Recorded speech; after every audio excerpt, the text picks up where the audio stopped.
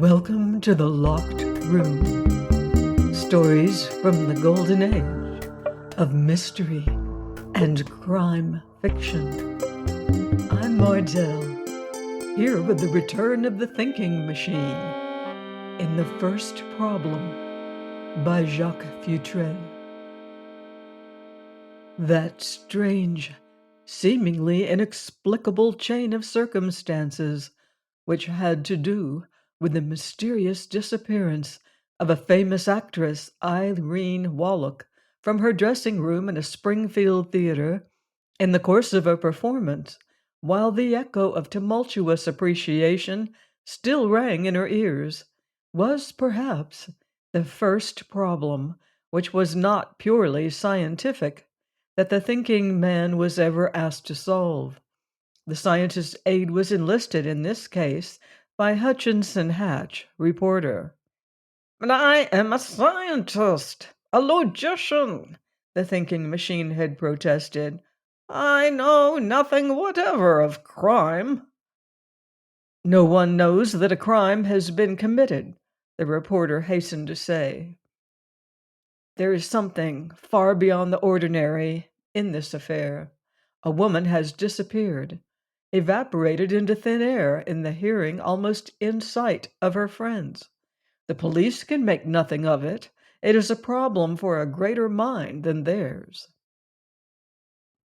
Professor Van Duzen waved the newspaper man to a seat and himself sank back into a great cushioned chair, in which his diminutive figure seemed even more childlike than it really was. "Tell me the story," he said petulantly. "All of it." The enormous yellow head rested against the chair back. The blue eyes squinted steadily upward. The slender fingers were pressed tip to tip. The thinking machine was in a receptive mood. Hatch was triumphant. He had had only a vague hope that he could interest this man in an affair which was as bizarre as it was incomprehensible. "Miss Wallach is 30 years old and beautiful," the reporter began. "As an actress, she has won high recognition, not only in this country, but in England. You may have read something of her in the daily papers, and if—" "I never read the papers," the other interrupted curtly. "Go on." "She is unmarried, and as far as anyone knows, had no immediate intention of changing her condition," Hatch resumed, staring curiously at the thin face of the scientist. "I presume she had admirers. Most beautiful women of the stage have. But she is one whose life has been perfectly clean, whose record is an open book. I tell you this because it might have a bearing on your conclusion as to a possible reason for her disappearance. Now, the actual circumstances of that disappearance. Miss Wallach has been playing in Shakespearean repertoire. Last week she was in Springfield. On Saturday night, which concluded her engagement there, she appeared as Rosalind in As You Like It. The house was crowded. She played the first 2 acts amid great enthusiasm, and this despite the fact that she was suffering intensely from headache, to which she was subject at times. After the second act, she returned to her dressing room, and just before the curtain went up for the third, the stage manager called her. She replied that she would be out immediately. There seems no possible shadow of doubt that it was her voice. Rosalind does not appear in the third act until the curtain has been up for 6 minutes. When Miss Wallach's cue came, she did not answer it. The stage manager rushed to her door and again called her. There was no answer. Then, fearing that she might have fainted, he went in. She was not there. A hurried search was made without result, and the stage manager finally was compelled to announce to the audience that the sudden illness of the star would make it impossible to finish the performance. The curtain was lowered, and the search resumed. Every nook and corner back of the footlights was gone over. The stage doorkeeper, William Megan, had seen no one go out. He and a policeman had been standing at the stage door, talking for at least 20 minutes. It is therefore conclusive that Miss Wallach did not leave by that exit. The only other way it was possible to leave the stage was over the footlights. Of course, she didn't go that way, yet no trace of her has been found. Where is she? The windows, asked the thinking machine. The stage is below street level, explained Hatch. The window of her dressing room, room A, is small and barred with iron. It opens into an air shaft that goes straight up for 10 feet, and that is covered with an iron grating fixed in the granite. The other windows on the stage are not only inaccessible, but are also barred with iron. She could not have approached either of these windows without being seen by other members of the company or the stagehands. Under the stage, suggested the scientist. Nothing, the reporter went on. It is a large cemented basement which was vacant. It was searched, because there was, of course, a chance that Miss Wallach might have become temporarily unbalanced and wandered down there. There was even a search made of the flies. That is, the galleries over the stage, where the men who work the drop curtains are stationed. There was silence for a long time. The thinking machine twiddled his fingers and continued to stare upward. He had not looked at the reporter. He broke the silence after a time. How was Miss Wallach dressed at the time of her disappearance? In doublet and hose, that is, tights, the newspaper man responded. She wears that costume from the second act until practically the end of the play. Was all her street clothing in her room? Yes, everything, spread across an unopened trunk of costumes. It was all as if she had left the room to answer her cue. All in order, even to an open box of chocolate cream candy on her table. No sign of a struggle? Nor any noise heard? No. Nor trace of blood? Nothing. Her maid, did she have one? Oh, yes. I neglected to tell you that the maid, Gertrude Manning, had gone home immediately after the first act. She grew suddenly ill and was excused. The thinking man turned his squint eyes on the reporter for the first time. Ill? He repeated. What was the matter? That I can't say, replied the reporter. Where is she now? I don't know. Everyone forgot all about her and the excitement about Miss Wallach. What kind of candy was it? I'm afraid I don't know that either. Where was it bought? The reporter shrugged his shoulders. That was something else he didn't know. The thinking machine shot out the questions aggressively, staring meanwhile steadily at Hatch, who squirmed uncomfortably. Where is the candy now? Demanded the scientist. Again Hatch shrugged his shoulders. How much did Miss Wallach weigh? The reporter was willing to guess at this. He had seen her half a dozen times. Between 130 and 140, he ventured. Does there happen to be a hypnotist connected with the company? I don't know, Hatch replied. The thinking machine waved his slender hands impatiently. He was annoyed. It is perfectly absurd, Mr. Hatch, he expostulated, to come to me with only a few facts and ask advice. If you had all the facts, I might be able to do something, but this... The newspaper man was nettled. In his own profession, he was accredited a man of discernment and acumen. He resented the tone, the manner, even the seemingly trivial questions which the other asked.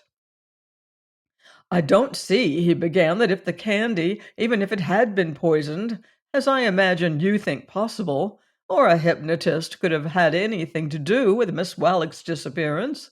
Certainly neither poison nor hypnotism would have made her invisible. Of course you don't see, blazed the thinking machine. "If you did, you wouldn't have come to me. When did this thing happen?" "Saturday night, as I said," the reporter informed him a little more humbly. "It closed the engagement in Springfield.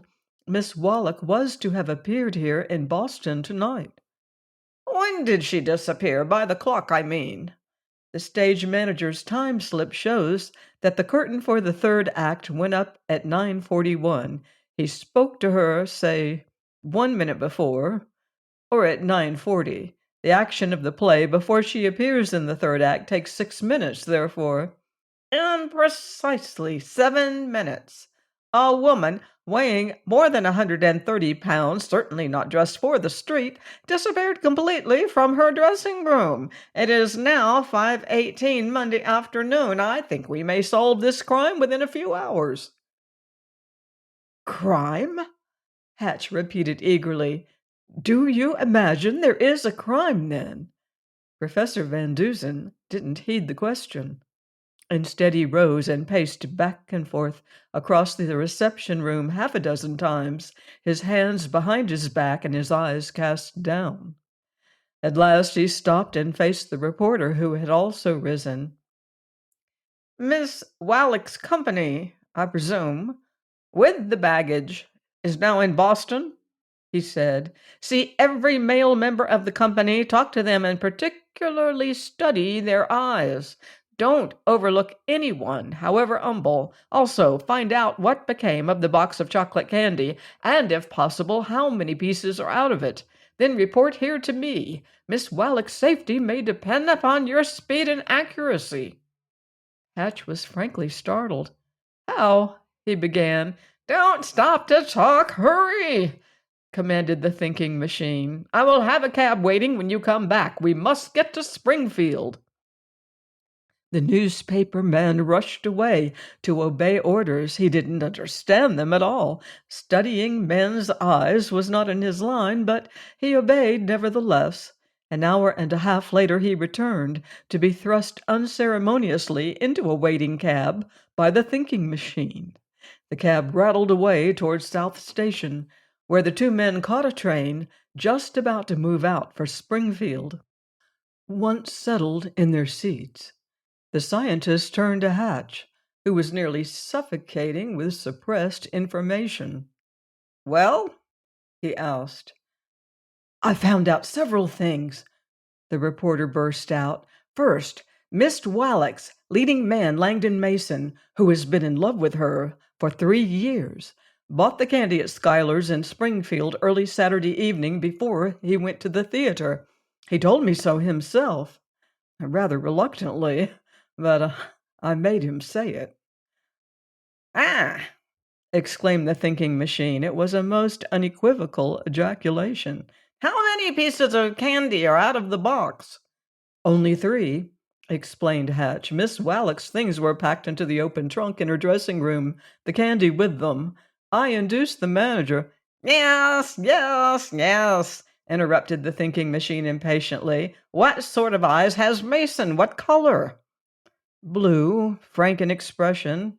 Nothing unusual at all," said the reporter. "And the others?" "I didn't quite know what you meant by studying their eyes, so I got a set of photographs. I thought perhaps they might help." "Excellent! Excellent!" commented the thinking machine. He shuffled the pictures through his fingers, stopping now and then to study one and to read the name printed below. "Is that the leading man?" he asked at last, and handed one to Hatch. "Yes." Professor Van Dusen did not speak again. The train pulled into Springfield at 9:20. Hatch followed the scientist without a word into a cab. "Schuyler's Candy Store," quickly commanded the thinking machine. "Hurry!" The cab rushed off through the night. 10 minutes later, it stopped before a brilliantly lighted candy store. The thinking machine led the way inside and approached the girl behind the chocolate counter. "Will you please tell me if you remember this man's face?" he asked as he produced Mason's photograph. "Oh, yes," I remember him, the girl replied. He's an actor. Did he buy a small box of chocolates of you Saturday evening, early? Was the next question. Yes, I recall it because he seemed to be in a hurry. In fact, I believe he said he was anxious to get to the theater to pack. And do you recall that this man ever bought chocolates here? Asked the scientist. He produced another photograph and handed it to the girl. She studied it a moment while Hatch craned his neck vainly to see. I don't recall that he ever did, the girl answered finally. The thinking machine turned away abruptly and disappeared into a public telephone booth. He remained there for 5 minutes, then rushed out to the cab again with Hatch following closely. City Hospital, he commanded. Again the cab dashed away. Hatch was dumb. There seemed to be nothing to say. The thinking machine was plainly pursuing some definite line of inquiry, yet the reporter didn't know what. The case was getting kaleidoscopic. This impression was strengthened when he found himself standing beside the thinking machine in City Hospital, conversing with a house surgeon, Dr. Carlton. Is there a Miss Gertrude Manning here? Was the scientist's first question. Yes, replied the surgeon. She was brought here Saturday night suffering from strychnine poisoning. Yes, I know, interrupted the other. Picked up in the street, probably. I am a physician. If she is well enough, I should like to ask her a couple of questions. Dr. Carlton agreed, and Professor Van Dusen, still followed faithfully by Hatch, was ushered into the ward where Miss Halleck's maid lay, pallid and weak. The thinking machine picked up her hand, and his slender finger rested for a minute on her pulse. He nodded and seemed satisfied. Miss Manning, can you understand me? He asked. The girl nodded weakly. How many pieces of the candy did you eat? 2, she replied. She stared into the face above her with dull eyes. Did Miss Wallach eat any of it up to the time you left the theater? No. If the thinking machine had been in a hurry previously, he was racing now. Hatch trailed on, dutifully behind, down the stairs and into the cab, whence Professor Van Dusen shouted a word of thanks to Dr. Carlton. This time their destination was the stage door of the theater, from which Miss Wallach had disappeared. The reporter was muddled. He didn't know anything very clearly, except that 3 pieces of candy were missing from the box. Of these, the maid had eaten only 2. She had been poisoned. Therefore, it seemed reasonable to suppose that if Miss Wallach had eaten the 3rd piece, she also would be poisoned. But poison would not make her invisible. At this point, the reporter shook his head hopelessly. William Meagan, the stage doorkeeper, was easily found. Can you inform me, please, began the thinking machine, if Mr. Mason left a box of candy with you last Saturday night for Miss Wallach? Yes, Meagan replied good-naturedly. He was amused at the little man. Miss Wallach hadn't arrived. Mason brought a box of candy for her nearly every night and usually left it here. I put the one Saturday night on the shelf here. Did Mr. Mason come to the theater before or after the others on Saturday night? Before, replied Meagan. He was unusually early, I suppose, to pack. And the other members of the company coming and stop here, I imagine, to get their mail? And the scientist squinted up at the mailbox above the shelf. Sure, always. The thinking machine drew a long breath. Up to this time there had been little perplexed wrinkles in his brow. Now they disappeared. Now, please, he went on, was any package or box of any kind taken from the stage on Saturday night between 9 and 11 o'clock? No, said Meagan positively. Nothing at all until the company's baggage was removed at midnight. Miss Wallach had 2 trunks in her dressing room? Yes, 2 whacking big ones, too. How do you know? "Because I helped put 'em in and helped take 'em out," replied Megan sharply. "What's it to you?" Suddenly the thinking machine turned and ran out to the cab, with Hatch, his shadow, close behind. "Drive! Drive! As fast as you know how to the nearest long-distance telephone," the scientist instructed the cabbie. "A woman's life is at stake." Half an hour later, Professor Van Duzen and Hutchinson Hatch were on a train rushing back to Boston. The thinking machine had been in the telephone booth for 15 minutes. When he came out, Hatch had asked several questions, to which the scientist vouchsafed no answer. They were perhaps 30 minutes out of Springfield before the scientist showed any disposition to talk. Then he began without preliminary, much as he was resuming a former conversation. "Of course, if Miss Wallach didn't leave the stage of the theater, she was there," he said.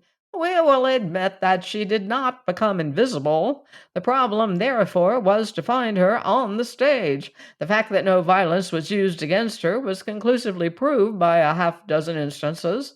No one heard her scream, there was no struggle, no trace of blood, ergo we assume in the beginning that she must have consented to the first steps which led to her disappearance. Remember, her attire was wholly unsuited to the street. Now, let us shape a hypothesis which will fit all the circumstances. Miss Wallach had a severe headache. Hypnotic influence will cure headaches. Was there a hypnotist to whom Miss Wallach would have submitted herself? Assume there was. Then, would that hypnotist take advantage of his control to place her in a cataleptic condition? Assume a motive, and he would. Then, how would he dispose of her? From this point, questions radiate in all directions. We will confine ourselves to the probable, granting for the moment that this hypothesis, the only one which fits all the circumstances, is correct. Obviously, a hypnotist would not have attempted to get her out of the dressing room. What remains? One of the two trunks in her room. Hatch gasped. You mean you think it is possible that she was hypnotized and placed in that second trunk? The one that was strapped and locked? He asked. It's the only thing that could have happened, said the thinking machine emphatically. Therefore, that was just what did happen. Why, it's horrible, exclaimed Hatch. A live woman in a trunk for 48 hours? Even if she was alive then, she must be dead now. The reporter shuddered a little and gazed curiously at the inscrutable face of his companion. He saw no pity, no horror there. There was merely the reflection of the workings of a brain. It does not necessarily follow that she is dead, explained the thinking machine. If she ate that third piece of candy before she was hypnotized, she is probably dead. If it was placed in her mouth after she was in a cataleptic condition, the chances are that she is not dead. The candy would not melt, and her system could not absorb the poison. But she would be suffocated. Her bones would be broken by the rough handling of the trunk. There are 100 possibilities, the reporter suggested. A person in a cataleptic condition is singularly impervious to injury, replied the scientist. There is, of course, a chance of suffocation, but a great deal of air may enter a trunk. And the candy? Hatch asked. Yes, the candy. We know that 2 pieces of candy nearly killed the maid, yet Mr. Mason admitted having bought it. This admission indicated that this poison candy is not the candy he bought. Is Mr. Mason a hypnotist? No, he hasn't the eyes. His picture tells me that. We know that Mr. Mason did buy candy for Miss Wallach on several occasions. We know that sometimes he left it with the stage doorkeeper. We know that members of the company stopped there for mail. We instantly see that it is possible for one to take away that box and substitute poison candy. All the boxes are alike. Madness. and the cunning of madness lie back of all this. It was a deliberate attempt to murder Miss Wallach, long pondered and due, perhaps, to unrequited or hopeless infatuation. It began with the poison candy, and that failing, went to a point immediately following, the moment when the stage manager last spoke to the actress. The hypnotist was probably in her room then.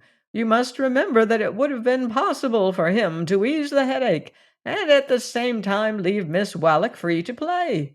She might have known this from previous experience. "Is Miss Wallach still in the trunk?" asked Hatch after a silence. No, replied the thinking machine. She's out now. Dead or alive? I'm inclined to believe alive. "And the man?" I will turn him over to the police in half an hour after we reach Boston. From South Station, the scientist and Hatch were driven immediately to police headquarters.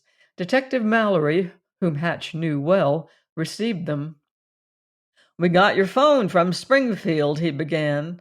Was she dead? Interrupted the scientist.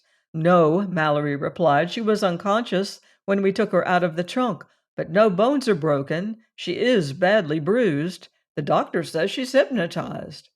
Was the piece of candy taken from her mouth? Sure, chocolate cream. It hadn't melted.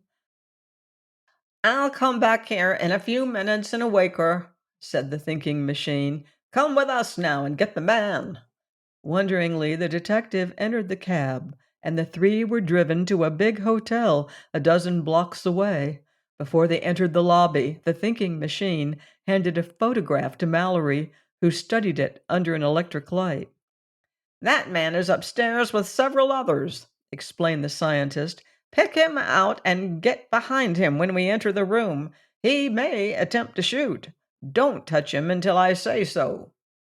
In a large room on the 5th floor, Manager Stanfield of the Irene Wallach Company had assembled the men of her support. This was done at the phoned request of the thinking machine. There were no preliminaries when Professor Van Dusen entered. He squinted comprehensively about him, then went straight to Langdon Mason. Were you on the stage in the third act of your play before Miss Wallach was to appear? I mean the play last Saturday night, he asked. I was, Mason replied, for at least 3 minutes. Mr. Stanfield, is that correct? Yes, replied the manager. There was a long, tense silence, broken only by the heavy footsteps of Mallory as he walked toward a distant corner of the room. A faint flush crept into Mason's face as he realized that the questions were almost an accusation.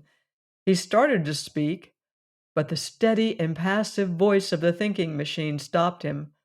Mr. Mallory, take your prisoner, it said.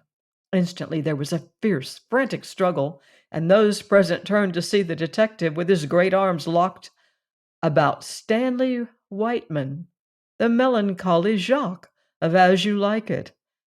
The actor's face was distorted. Madness blazed in the eyes, and he snarled like a beast at bay. By a sudden movement, Mallory threw Whiteman and manacled him, then looked up to find the thinking machine peering over his shoulder at the prostrate man. Yes, he's a hypnotist, the scientist remarked in self-satisfied conclusion. It always tells in the pupils of the eyes. This, then, was the beginning and end of the first problem. Miss Wallach was aroused and told a story almost identical with that of the thinking machine.